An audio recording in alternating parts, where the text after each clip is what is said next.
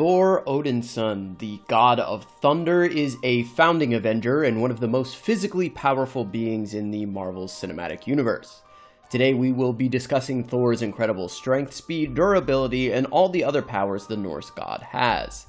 As with all of our Marvel Cinematic Universe power scaling videos, I will only be covering the Marvel Cinematic Universe version of the character. That means no comic book feats unless they are canon to this version of Thor. Additionally, I will be focusing mostly on Awakened Thor, which is after Thor awakened his true powers in Ragnarok. We'll still be referencing some feats prior to this, but it's sort of like power scaling Iron Man. If you're really going to talk about him, you're not going to be discussing the Iron Man Mark I suit that he made in a cave when you're talking about how powerful he is during Endgame. So with all of that being said, let's begin. When battling the Hulk during his time as a slave of the Grandmaster, Thor begins to awaken his full power, and even before this, Thor is able to send Hulk flying across the arena, and after seeing visions of Odin and beginning to awaken his powers, he takes complete control of the fight, hitting Hulk with punches he simply had not seen before. The other gladiators, the crowd, and even the Grandmaster had thought such a feat was impossible. After all, the Hulk had been champion on Sakaar for a significant amount of time, although this amount of time is unknown, as time works a bit differently on Sakaar than it does everywhere else. It seems to be variable, changing from moment to moment, so while Hulk was there for a few years measuring by Earth time, he could have been on Sakaar for decades or even centuries, becoming more and more powerful and more skilled. After all, he trained directly with Valkyrie, who was one of Asgard's deadliest warriors. Thor, after becoming awakened, was not only able to flatten Hulk, but it is stated in the MCU Visual Dictionary that he was on the verge of winning, implying that he would be the victor, and the Grandmaster thought the same, as he felt it was necessary to step in and stop Thor before he could claim victory. While the final result of Hulk and Thor's battle is certainly debatable, it is interesting to note that an official source states that Thor was on the verge of winning.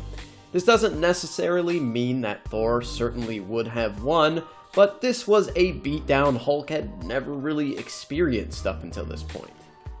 And after fully awakening his power, he's able to fight more on par with characters like Hela. He's also able to completely shatter a portion of the Rainbow Bridge without much effort. For comparison, it took nearly a dozen Mjolnir strikes during Loki's insurrection to break the Rainbow Bridge, making his lightning strikes during Ragnarok at least 10 times more powerful than his hammer strikes pre-awakening. However, after receiving Stormbreaker from Eitri, Thor becomes even more dangerous. Stormbreaker is a king's weapon, meant to be the greatest on Asgard, putting it above the likes of Mjolnir, which when in Captain America's hands could damage Thanos' armor, and it's also above Gungnir, which Odin wielded against the Demon King Surtur, his daughter Hela, and the weapon could even kill Laufey, a character who could harm the Allfather. So Stormbreaker is no joke, that much we understand, but how powerful is Thor with this godlike weapon? Well, with it, he is able to cut through an entire concentrated beam from the Infinity Gauntlet, which you could argue is a universal level attack. As Thanos claimed in Endgame, he could rip apart the universe down to its atoms. So, if you don't want to say the blast is universal, it's at the very least planetary. After all, we've seen the Power Stone alone tear apart a moon which took 863.5 exatons at a low end and over 11 zetatons at a high end. Not to mention, Aeson the Searcher was able to destroy the surface of a planet, which is calced at over 5 ninotons. Both calcs putting the Power Stone alone at planetary. But if you add in other stones, such as the Space Stone, which contains the potential energy to wipe out the planet, and the Mind Stone, which contains more power than Ultron's life-wiping meteor, the gauntlet should easily be outputting more than planet-busting power. And Thor using Stormbreaker slices right through it like a hot knife through butter. So by that logic, Thor should obviously scale above planetary with Stormbreaker, right? Well, unfortunately no. It's been confirmed by the screenwriters of Infinity War, Stephen McFeely and Christopher Marcus, that Thor was able to cut through the Infinity Gauntlet's beams because S.H.I.E.L.D made both Stormbreaker and the Infinity Gauntlet, and he used Dwarven magic to give Stormbreaker the ability to counter the gauntlet specifically. I imagine it might have something to do with the fact that the same guy made both of them. It's dwarven magic. Yeah, we dwarven? figure S.H.I.E.L.D can make what he likes for whom he likes. And the Russos flat out state that Stormbreaker has the ability to counteract the powers of the Infinity Gauntlet. It certainly has the ability to counteract the powers of the gauntlet. And S.H.I.E.L.D made both. Gotta remember that. Also, Thanos didn't know what was coming at him or how powerful it was. So being caught off guard, he just fired a massive beam at Thor. I think that key moment, though, is this: Thanos was caught off guard. He literally just didn't know the power of what was coming at him. I mean, maybe he could have used the stones to, in another different way, had he understood what that weapon was, but it came out of nowhere. If he had known what was coming at him, he could have used the Space Stone to teleport Stormbreaker anywhere in the galaxy. He could have possibly used the Reality Stone to warp the mighty weapon into something harmless, as long as S.H.I.E.L.D's magic didn't nullify that ability.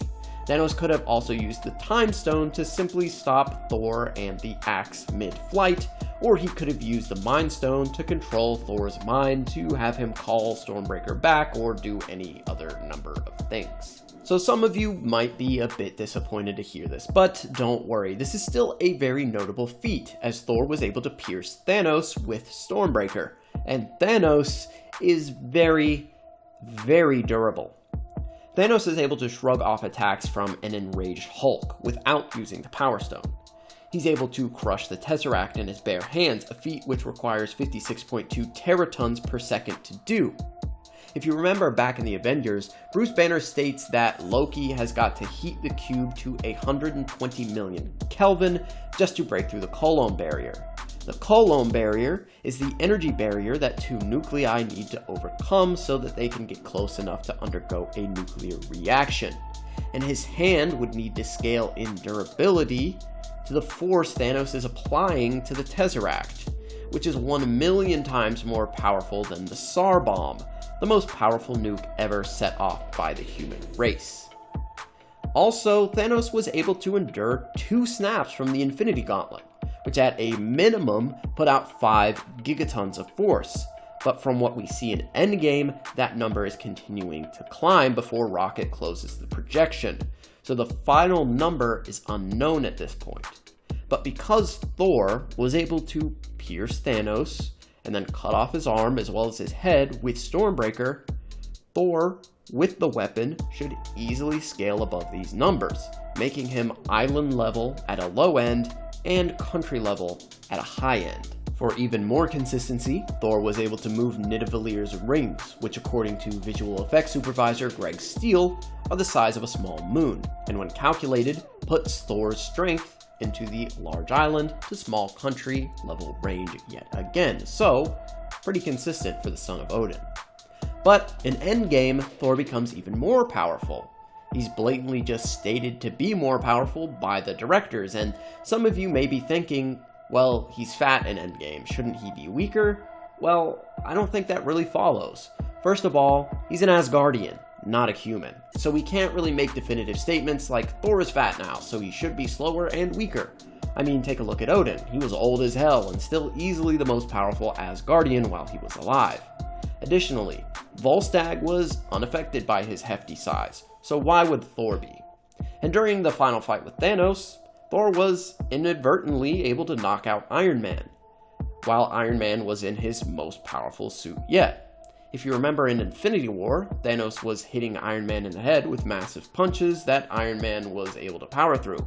But in Endgame, using a combination of Stormbreaker and Mjolnir, Thor knocks out Iron Man with just 1 attack. And as for durability, Thor is just as beefy. During his battle with the Hulk in the Grandmaster's arena, Thor is able to take multiple punches from Hulk, a beating fit for a god, and it doesn't do much to him physically. He doesn't even bleed. He was hit with a flurry of 14 to 15 overhand strikes, punches, and shows no visible damage. Compare this to the fight with a weaker Hulk during the first Avengers, where Hulk was able to make God bleed with far fewer strikes. But we all know his best durability feat, tanking The full force of a star. which unfortunately doesn't make him star level. So let's all just calm down a little bit. I will explain. I'm not trying to downplay Thor here at all. So the act of creating or destroying a star is not the same amount of energy that that star can output. In fact, the amount of energy isn't really anywhere close to star level. The total amount of energy that Thor was enduring per second is roughly 855 gigatons of force, or roughly large island level. Because Thor was tanking this amount of energy for so long, it's not a stretch to upgrade this durability slightly to at least small country level, which is still in line with one of Thanos' best calculable strength feats, which was, of course, casually crushing the Tesseract, which again makes Thor's strength and durability very, very consistent. And now we've come to the dreaded speed of the Marvel Cinematic Universe, which is pretty wildly inconsistent for the most part, but I think luckily that Thor is pretty consistent from what we've seen. So during the events of Ultron's attempted destruction of the human race, the Avengers battle against the homicidal robot and his allies, Scarlet Witch and Quicksilver.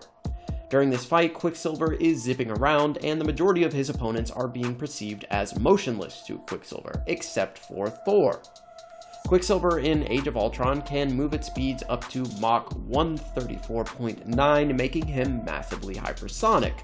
Additionally, Thor can throw and recall his weapon of choice at speeds exceeding Mach 1000 as shown during the convergence. Thor is even able to see and track Quicksilver while he's running at super speed, as Thor throws his hammer at Quicksilver after Quicksilver punched Captain America in the face, showing that Thor is able to keep up with massively hypersonic Quicksilver somewhat.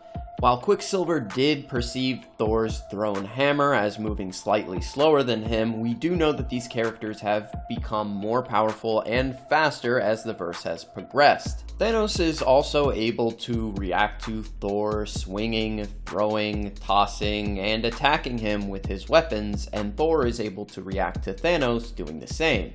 So the speed for this part of the MCU that I feel is most consistent is around massively hypersonic plus, for the characters who scale to Thor and Thanos at least. And now that we've discussed Thor's stats, let's talk about his awesome abilities. Being the God of Thunder comes with some great perks. First is his ability to control the weather. Thor can create massive storms, which is no small feat. The ability to move clouds like this is very impressive, especially in the amount of time that he takes to do so. During Loki's invasion, he summons massive storms on multiple occasions. During the Battle of Wakanda, he conjures another, which is calced at 2,156,150 tons, or small city level, and in Endgame, he summons his most powerful storm yet, which comes in at mountain level. Not to mention that Thor typically needed to charge up with Mjolnir to create really large storms early on, but by Endgame, he's doing it pretty casually. So there's no telling how massive a storm he could create by really trying. He can also create tornadoes, as he does during Loki's insurrection. He has the ability to control rain and can cause it to start and stop at will. He is stated in one source to cause earthquakes, and of course he has complete control over lightning. Before awakening his full power, he typically used Mjolnir to harness his abilities, as I mentioned before, conjuring storms and summoning lightning with his mighty hammer, and using it to fire concentrated blasts of lightning at his enemies. But after awakening, he gains complete control over lightning. He can absorb it into his body and expel it at will in large area of effect blasts, concentrated beams, or he can create a lightning cloak of armor. In this form, he's able to enhance his strikes with lightning, as he does against the Hulk and against Hela's army, and he can even destroy Hela's necroswords with it. He also uses his lightning to draw enemies in closer and then toss them away. With his lightning, he's helped melt Ultron's vibranium hull, destroyed multiple Leviathans, broke apart the Reality Stone, but just as a reminder, breaking apart the Reality Stone does not scale Thor to the Reality Stone, so let's just drop that right now. During Ragnarok, Thor blasted Hela with a strike so powerful, it took a bit of time for the immortal goddess to recover. And while Thor can now use his lightning without a conduit, he's much stronger with a godlike weapon. Before Mjolnir was destroyed by Hela, he used it to fly great distances, and it was an integral part of his fighting style, using it to toss at enemies and recall at will. Thor could also change the trajectory of Mjolnir's path mid-flight as he does against Surtur's minions. When spinning the hammer at incredible speeds, he could essentially use Mjolnir as a shield, protecting him from Surtur's flamethrower attack. And while Mjolnir is cool and all, Stormbreaker is another beast entirely. As mentioned before, Stormbreaker is a king's weapon, meant to be the strongest on Asgard. With it, he is able to summon the Bifrost, something Mjolnir was not capable of. And of course, Stormbreaker can tear through Thanos pretty easily. Both of Thor's weapons contain magical properties as well. Mjolnir was enchanted by Odin, so only the worthy could wield it, and Eitri enchanted Stormbreaker to counter the Infinity Gauntlet. Additionally, both weapons have healing properties. Mjolnir healed Thor when the Destroyer invaded Earth, and Stormbreaker healed him after he held the rings of Nidavellir open. The Russos go on to confirm that the healing powers are unique to Asgardians only, so not just anyone could be healed by the weapons of Asgard. And while Stormbreaker doesn't have the same worthy enchantment as Mjolnir, it still cannot be wielded by a mere mortal. Simply picking up the weapon would shatter the minds of the weak and crumble their bodies, which I suppose would give Thor and those who could wield Stormbreaker, like enhanced Captain America and Thanos, some sort of mind hacks resistance, which seems to be pretty consistent, as Thanos was able to fight against Mantis's powers, even remaining lucid enough to carry on a conversation, and Thor took the longest to be affected by Scarlet Witch in Age of Ultron. But one thing to keep in mind when discussing Thor's abilities is that he's not like the Hulk, a character who just relies on raw strength to take down his enemies. Thor is very skilled. After losing his power, Thor runs through a handful of S.H.I.E.L.D. agents who Coulson says are the best in the world, and he made them look like mall cops. And Coulson firmly believes that Thor had extensive hand-to-hand combat training overseas. Thor also fights multiple Asgardian warriors while he's unarmed and wins using his superior skill. And when fighting alongside Captain America, Thor is able to use Cap's shield to create shockwaves at the proper angle to take out multiple enemies. And later on, he launches Cap's shield, ricocheting it perfectly and taking out multiple Ultron bots. Finally, Thor is also pretty smart and really underestimated in this area. He's able to convey the ideas and concepts of magic and science to Jane Foster. He speaks Groot's language, and he's able to discuss properties of a wormhole with Bruce Banner, someone with multiple PhDs. So all in all, Thor is the entire package. He's very powerful, he has crazy hacks abilities, he has great resistances, he's very skilled, and he's very smart. As powerful as Thor is, I think he's underrated in the Marvel Cinematic Universe, and I can't wait to see what he does against Gorr the God Butcher. And that's all I've got for you guys today. Let me know down in the comments what you think of this video and who you want to see our next power scaling video on.